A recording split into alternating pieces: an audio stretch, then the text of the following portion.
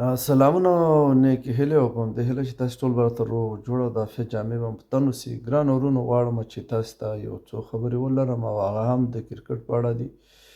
لکه څنګه چې تاسو ته معلومه ده موږ الحمدلله ډېر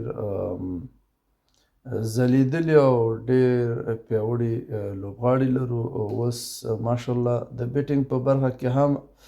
ډېر پرمختګونه شوي دي او په همدې هیله چې لا نور هم وځلیږو او د پرمختګونو نه برخمن شو. او همدغه رقم د نړۍ په سطحه اول مقام سپینر بالران لرو. که بالران ته وګورو او بیټسمینانو ته وګورو او دغه لیګونو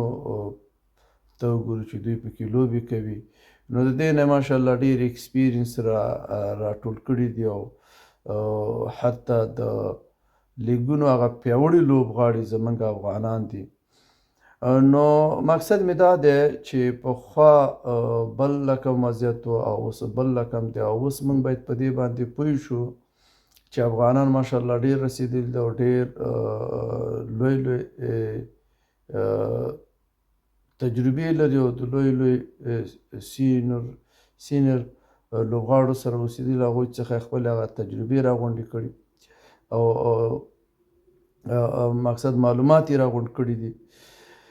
یو خو دا خبره وه او بل عوامو ته دا خبره کول غواړم چې دا دغه لوبغاړي هغه وخت ډېر ضعیفه کېږي چې کله دوی لوبه وبایلي او دوی ته بدې خبرې شروع شي، یعنی دوی بیا دې ته متوجه شي چې یعنی ما نن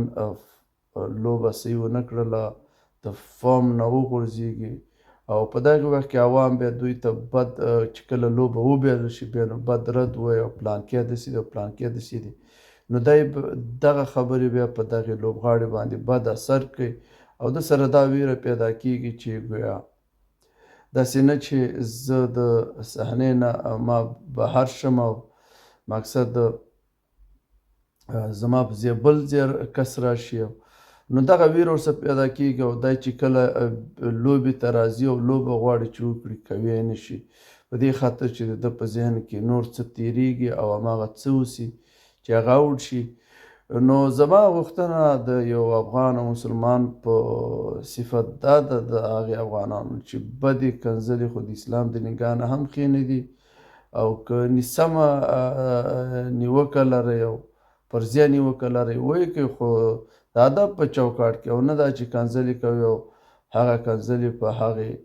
لوبغاړو باندې بد اثر غورځوي. ایا که تاسې غواړئ چې افغانان لوبې وګټي او افغانان پرمختګ وکړي نو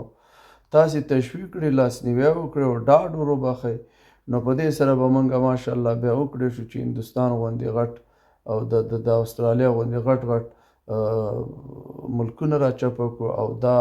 واحده او هغه صحیح لار دا ده چې باید موږ د دوی په هر حال کې لاسنیوی وکړو او سپورټ یې وکړو. نو د بدو خبرو نه خو همداسې ډډه کول پکار دي او په دغې خوږو خبرو او په دغې خبرو چې دوی ته ډاډ ورکول کېږي دا زموږ وظیفه جوړېږي، ولې چې د هغوی ګټه زموږ ګټه ده او زموږ ګټه د هغوی ګټه ده او زموږ یو مقصد یو ملک او یو دغه دی، نو باید د خپل لوبغاړو په هر حال کې ملاتړ وکړو. د هغه خبرې په همدې هیله چې زړه په غوږونو یې واورئ او د عمل جامې ور واغوندئ. د الله په امان نور وخت ونه نیسم، په رب مو سپارم، خدای په